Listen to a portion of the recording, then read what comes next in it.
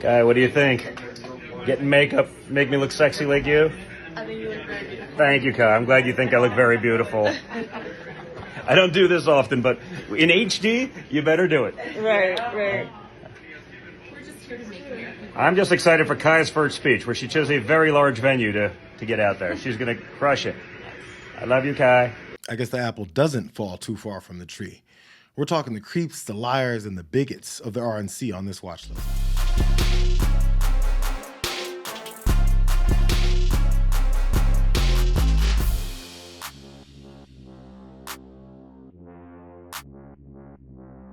But what happened last week when they took a shot at my hero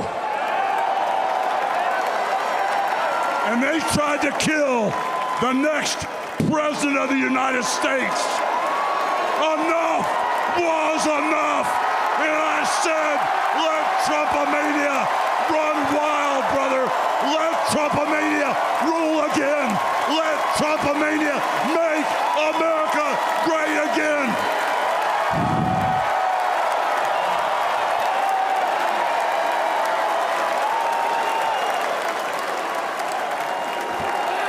The last day of the RNC had the president's son calling his daughter sexy before her big speech, and Hulk Hogan still ripping shirts off to chants of USA as if it would solve price gouging in education. I guess as long as you've proven to be a racist, MAGA always has a home for you. So it gets to the point where I wrote Brooke was black and son, where they've been hanging out, I caught them holding hands together on tour, they were getting close to the tiny bar, I'm doing fucking good. I'm not a double standard type guy, I'm a racist to a point. Yeah. You know, then when it comes to nice people, we all are that way. Yeah, but when it comes to nice people, you can't say, I don't give a I don't care if I'm a football player, basketball player, bad game.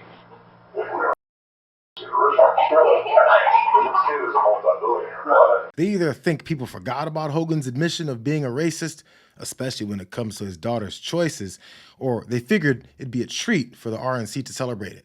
And just like Trump's new running mate, Hogan wasn't always the biggest fan of his, even as recent as 2012. Will Hulk Hogan imitate Donald Trump? Let's see. I've only done business with a brother a couple times. Rented out the Trump Plaza for WrestleMania 4 and 5. Sold the building out. Yeah, I'll imitate Donald Trump. Okay, first thing we got to do is get rid of anything that's cool. So sunglasses got to go. Next thing we got to do is turn our back to everybody or on everybody. So let me turn my back on everybody that's close to me. I've done business. Ooh, that's the largest back in the world. Look at that thing, man. Looks like the Brooklyn Bridge, brother. So now that I got my back turned, I'm definitely in character.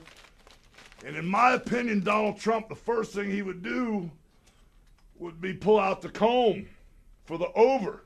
So we can get the comb over, brother.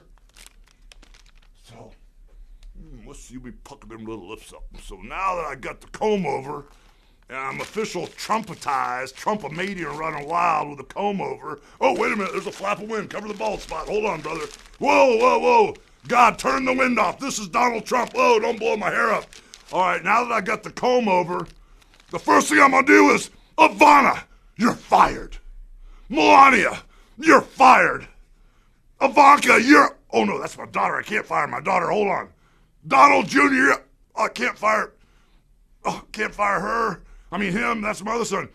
The new wife, you're Wait, I can't fire the new wife. She'll take the other half of my stuff. Anyway, that's how you imitate Donald Trump, chump. Trump must have owed the Hulkster some money for an appearance or something back then. Or he realized that no matter how these new minions felt about him years ago, they suddenly loved the things that they once hated about him. The party is full of some of the most controlling and dishonest people in the country, but they don't want you to see it until they've got control of your rights. This new position we're hearing from the Republican Party on the issue is, leave it to the states, let them decide how to handle. I know you just said you're comfortable where the party is right now, but doesn't that position effectively mean that the party's okay with blue states deciding to give wide access to abortion. No, I don't think that's what that means at all. I think that's Leave it to the states. No, I think it's a recognition of the reality of the politics of the country. I mean, the states are handling it, and that, I was one of the lawyers who went into the courts for decades and argued that Roe was an egregiously unconstitutional decision, and part of the argument was because 9 unelected judges pulled the authority away from the states who were legislating on the issue before they evoked Roe and made it claim there's a constitutional right in the federal constitution, which there's not. That's been clarified now. The situation goes back to the people through their duly, elected representatives, and that's the way the process works. Wait. Moses Mike is happy characterizing their plan to outlaw Roe nationally as sending it back to the states, but rejects the idea that some of those states can decide to provide abortion care to its citizens just like others have chosen not to. In other words, he's angling for a nationwide abortion ban with some very bad logic. It's just as blatant of a lie as their public rejection of Project 2025 while screaming for its directives to be implemented.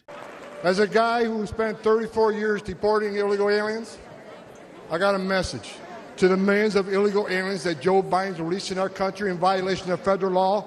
You better start packing now.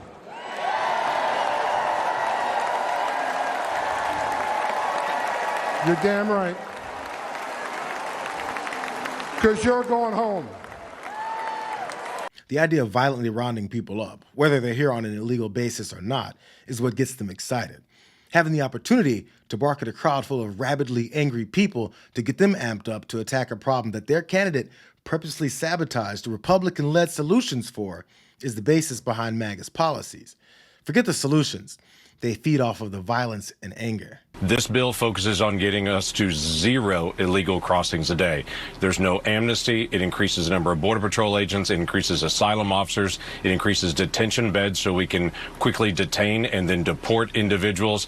It ends catch and release. It focuses on additional deportation flights out. It changes our asylum process so that people get a fast asylum screening at a higher standard and then get returned back to their home country. In fact, I had a popular commentator 4 weeks ago that I talked to that told me flat out, before they knew any of the contents of the bill, if you try to move a bill that solves the border crisis during this presidential year, I will do whatever I can to destroy you. By the way, they have been faithful to their promise and have done everything they can to destroy me. Here's what Speaker Johnson said. I have seen enough. This bill is even worse than we expected. It won't come close to any of the border catastrophe the president has created. As the lead Democrat negotiator proclaimed, under this legislation, the border never closes. If this bill reaches the House, it will be dead on arrival.